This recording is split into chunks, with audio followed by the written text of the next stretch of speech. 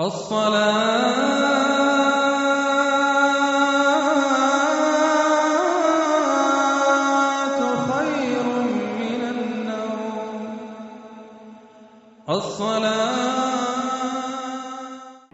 باللہ من الشیطان الرجیم بسم اللہ الرحمن الرحیم۔ السلام علیکم ورحمۃ اللہ وبرکاتہ۔ میرے عزیز بھائیوں اور بہنوں، کیسے آپ سب؟ امید ہے خیریت سے ہوں گے۔ اللہ تبارک و تعالیٰ سے دعا ہے آپ کی ہر خواہش، ہر حاجت اللہ تعالیٰ اپنے غیب کے خزانوں سے پوری کرے، آمین۔ میرے عزیز بھائیوں اور بہنوں، آج کا جو ہمارا عمل ہے وہ سب سے افضل ذکر کا ہے، اور اس پوری کائنات کا سب سے افضل ذکر کیا ہے؟ لا الہ الا اللہ۔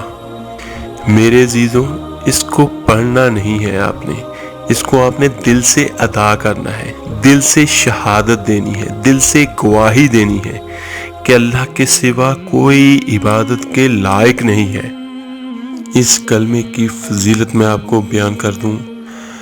حضرت ابو سعید خدری رضی تعالیٰ عنہ سے روایت ہے کہ جناب رسول اللہ صلی اللہ علیہ وآلہ وسلم نے ارشاد فرمایا کہ حضرت موسیٰ علیہ السلام نے عرض کیا، اے میرے پروردگار، مجھے ایسا ذکر سکھائیں جس کے ساتھ آپ کو یاد کیا کروں اور اس کے ساتھ آپ سے مانگا کروں۔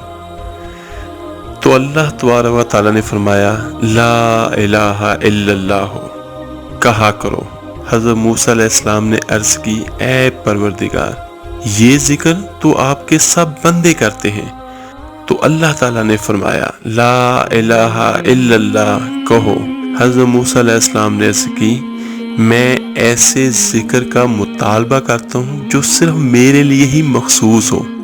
تو اللہ تعالیٰ نے فرمایا، اے موسیٰ، اگر ساتوں آسمان اور ساتوں زمینیں ترازو کے ایک پلڑے میں رکھ دیے جائیں اور دوسرے پلڑے میں لا الہ الا اللہ کو رکھ دیا جائے تو ان پر لا الہ الا اللہ کا پلڑا بھاری ہو جائے گا۔ سبحان اللہ، اس کلمے کے پڑھنے کی کتنی طاقت ہے۔ اور ایک دوسری روایت ہے کہ حضرت جابر رضی اللہ عنہ سے روایت ہے کہ میرے آقا دو جہاں صلی اللہ علیہ وآلہ وسلم نے فرمایا کہ سب سے افضل ذکر لا الہ الا اللہ اور افضل دعا الحمدللہ ہے۔ حضرت ابو ہریرہ رضی اللہ عنہ فرماتے ہیں کہ میرے آقا دو جہاں صلی اللہ علیہ وآلہ وسلم نے ارشاد فرمایا، جب کوئی مسلمان لا الہ الا اللہ کہتا ہے تو آسمانوں کے سب دروازے کھل جاتے ہیں، حتیٰ کہ اس کا یہ ذکر عرش تک جا پہنچتا ہے۔ اور یہ فضیلت اس بندے کو اس وقت تک حاصل رہتی ہے جب تک وہ بڑے گناہوں سے بچتا رہے۔ اور حضرت یعلا بن شداد رضی اللہ عنہ سے روایت ہے کہ میرے آقا دو جہاں صلی اللہ علیہ وسلم فرماتے ہیں کہ کلمہ طیبہ گناہوں کی مغفرت کا ذریعہ ہے۔ اور سبحان اللہ، ساری حدیثیں بہت خوبصورت، بہت پیاری ہیں۔ اسی میں ایک اور حدیث کا میں اضافہ کرتا ہوں۔ حضرت معاذ بن جبل رضی اللہ عنہ فرماتے ہیں کہ جناب رسول اللہ صلی اللہ علیہ وآلہ وسلم نے فرمایا کہ جنت کی چابی لا الہ الا اللہ کی گواہی دینا ہے۔ تو جو میں نے پہلے آپ کو بیان کیا کہ آپ نے اس کو پڑھنا نہیں، آپ نے اس کو ادا کرنا ہے۔ ادا کیا کرنا ہے؟ آپ نے یہ شہادت گواہی دینی ہے کہ اللہ کے سوا کوئی عبادت کے لائق نہیں ہے، کہ لا الہ الا اللہ، اللہ کے سوا کوئی معبود نہیں۔ حضرت ابو ہریرہ رضی اللہ عنہ سے روایت ہے کہ عرش الہی کے سامنے ایک ستون ہے جو لا الہ الا اللہ کہنے والے کی بخشش کی شفاعت کرتا ہے۔ حضرت انس رضی اللہ عنہ سے روایت ہے کہ جناب رسول اللہ صلی اللہ علیہ وآلہ وسلم فرمایا، جو مسلمان بھی رات کے یا دن کے کسی لمحے میں لا الہ الا اللہ کہتا ہے تو اس کے نامہ اعمال سے اس کے گناہ مٹا دیے جاتے ہیں اور ان کی جگہ اتنی ہی نیکیاں لکھ دی جاتی ہیں۔ اللہ اکبر۔ حضرت ابن عمر رضی اللہ عنہ روایت فرماتے ہیں کہ کلمہ طیبہ کا ورد رکھنے والوں پر موت، قبر اور حشر میں کوئی وحشت نہیں ہوگی۔ حضرت انس رضی اللہ عنہ سے روایت ہے کہ جناب رسول اللہ صلی اللہ علیہ وآلہ وسلم نے فرمایا، جس شخص نے سچے دل سے یہ گواہی دی کہ اللہ کے سوا کوئی معبود نہیں اور یہ کہ حضرت محمد صلی اللہ علیہ وآلہ وسلم اللہ کے رسول ہے، تو اللہ تعالیٰ اس کو دوزخ پر حرام قرار دے دے گا۔ سبحان اللہ۔ پہلا کلمہ پڑھنے کی کتنی زیادہ فضیلت ہے اور کتنے فائدے ہیں۔ یہ دیکھیں، جب حضرت موسیٰ علیہ السلام نے اللہ سے عرض کی کہ مجھے کوئی ایسا ذکر سکھائیں جس سے آپ کو یاد کروں، آپ کے ساتھ مانگا کروں، تو اللہ تعالیٰ نے کیا فرمایا؟ لا الہ الا اللہ۔ تو یہ حدیث مبارکہ کے الفاظ ہیں۔ تو انشاءاللہ تعالیٰ اس ذکر کی برکت سے ہم اپنی دنیا بھی سنواریں گے، انشاءاللہ تعالیٰ ہم اپنی آخرت بھی سنواریں گے۔ میرے عزیزو، جنت کے دروازے پر بھی ویزا دیکھا جائے گا۔ جیسے ہم یہاں سے کسی جگہ پہ ٹریولنگ کرتے ہیں، جاتے ہیں، تو اس کے لیے پاسپورٹ اور ویزا بھی ہوتا ہے۔